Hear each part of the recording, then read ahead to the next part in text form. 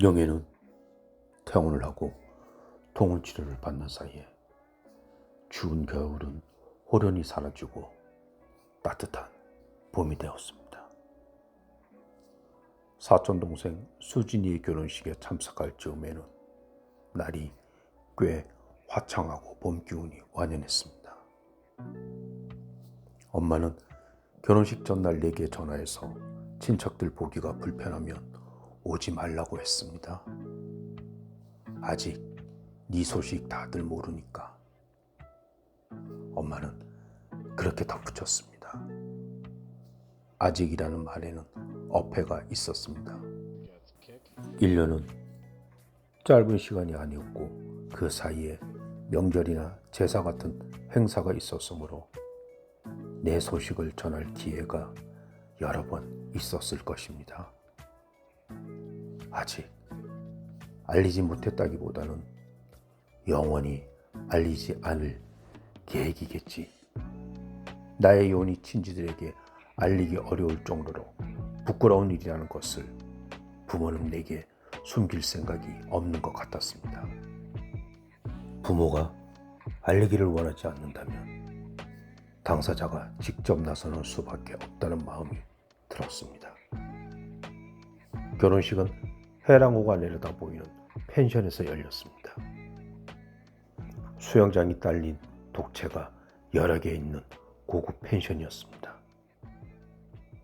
1박 2일 동안 빌려서 피로연을 먼저 하고 다음날 결혼식을 연다고 했습니다.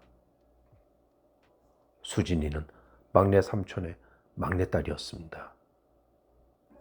대학을 졸업한 뒤 바로 은행에 취업했고 그곳에서 남편을 만났습니다. 청첩장을 열어보니 수진이가 머메이드 스타일의 화려한 웨딩드레스를 입고 장난스럽게 웃고 있었습니다.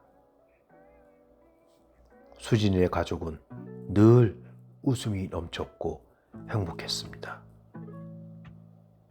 숙모가 초등학생 수진이를 무릎에 앉히고서 뽀뽀를 해주던 장면을 나는 홀린 듯이 바라보곤 했습니다. 초대를 받아 수진이네 집에 갔을 때 삼촌이 앞치마를 두르고 저녁을 준비하는 걸 보고 엄마와 아빠가 얼굴이 붉어질 정도로 당황하던 모습을 나는 기억합니다.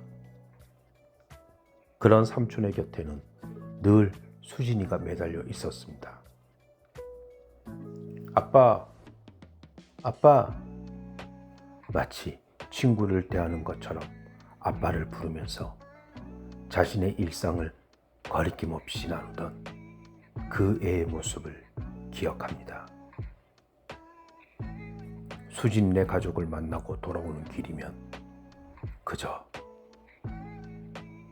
10초라도 좋으니 누군가가 나를 꼭 안아줬으면 좋겠다는 생각을 했습니다. 외로움이라는 말을 몰랐을 때부터 피로연은 펜션 마당에서 열렸습니다.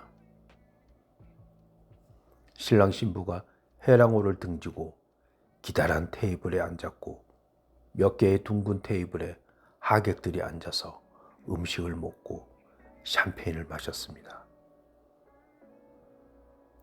사회자의 진행에 따라 하객들이 한 명씩 나가서 마이크를 잡고 축하의 말을 건네거나 노래를 불렀습니다. 나는 엄마 아빠와 테이블에 앉아서 행사를 지켜봤습니다. 날이 점점 저물기 시작하더니 완전히 어두워지자 마당에 걸린 탁구공만한 둥근 전구들의 불이 들어왔습니다. 그쯤 펜션에 도착한 첫째 삼촌이 우리 테이블 쪽으로 다가왔습니다. 그는 이런 상황이 어색하다는 듯이 이를 보이며 웃었습니다. 나는 아빠와 첫째 삼촌이 함께 있는 자리서는 늘 긴장을 했습니다. 둘은 서로를 단 한순간도 견디지 못하는 것처럼 보였습니다. 어린 날을 앞에 두고서도 그들은 여러 번 고성을 지르면서 싸웠습니다. 아빠는 자신이 희생해서 대학을 포기한 덕분에 두 동생이 대학에 갈 수 있었다고 생각했습니다. 그건 사실이기도 했습니다. 막내 삼촌은 아빠의 희생에 대해 항상 감사함을 표현한 것과는 다르게 첫째 삼촌은 그러지 않는다는 점에 있었습니다.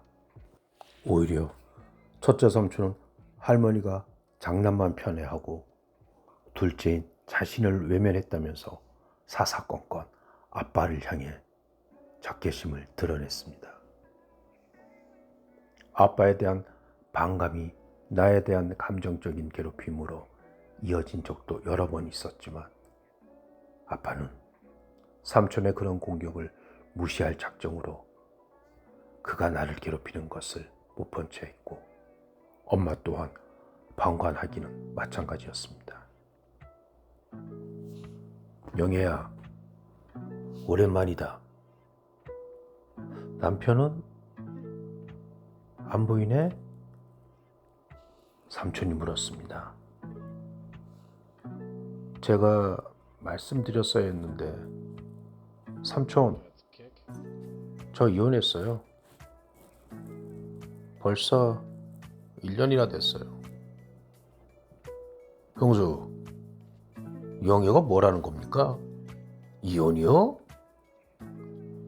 1년이나 다 됐다는데 왜 말을 안 했어요?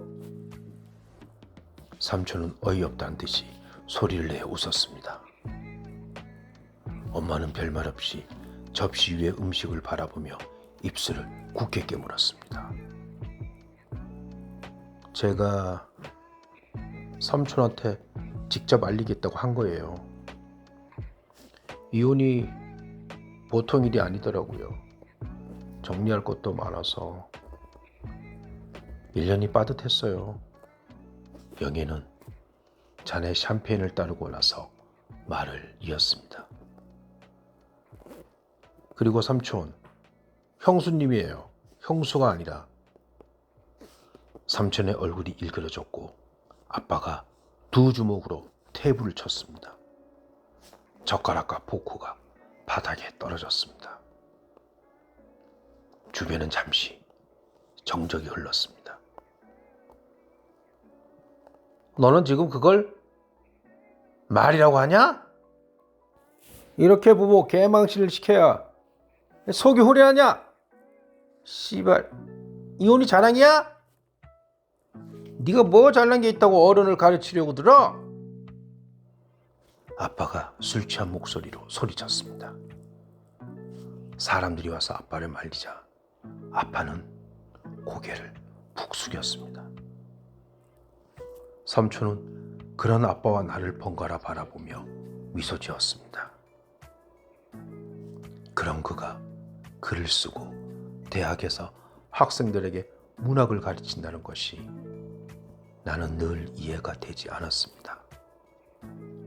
삼촌이 타인의 고통에 대해서 단 한 번이라도 공감해 보기는 했을까 하는 궁금증이 생깁니다.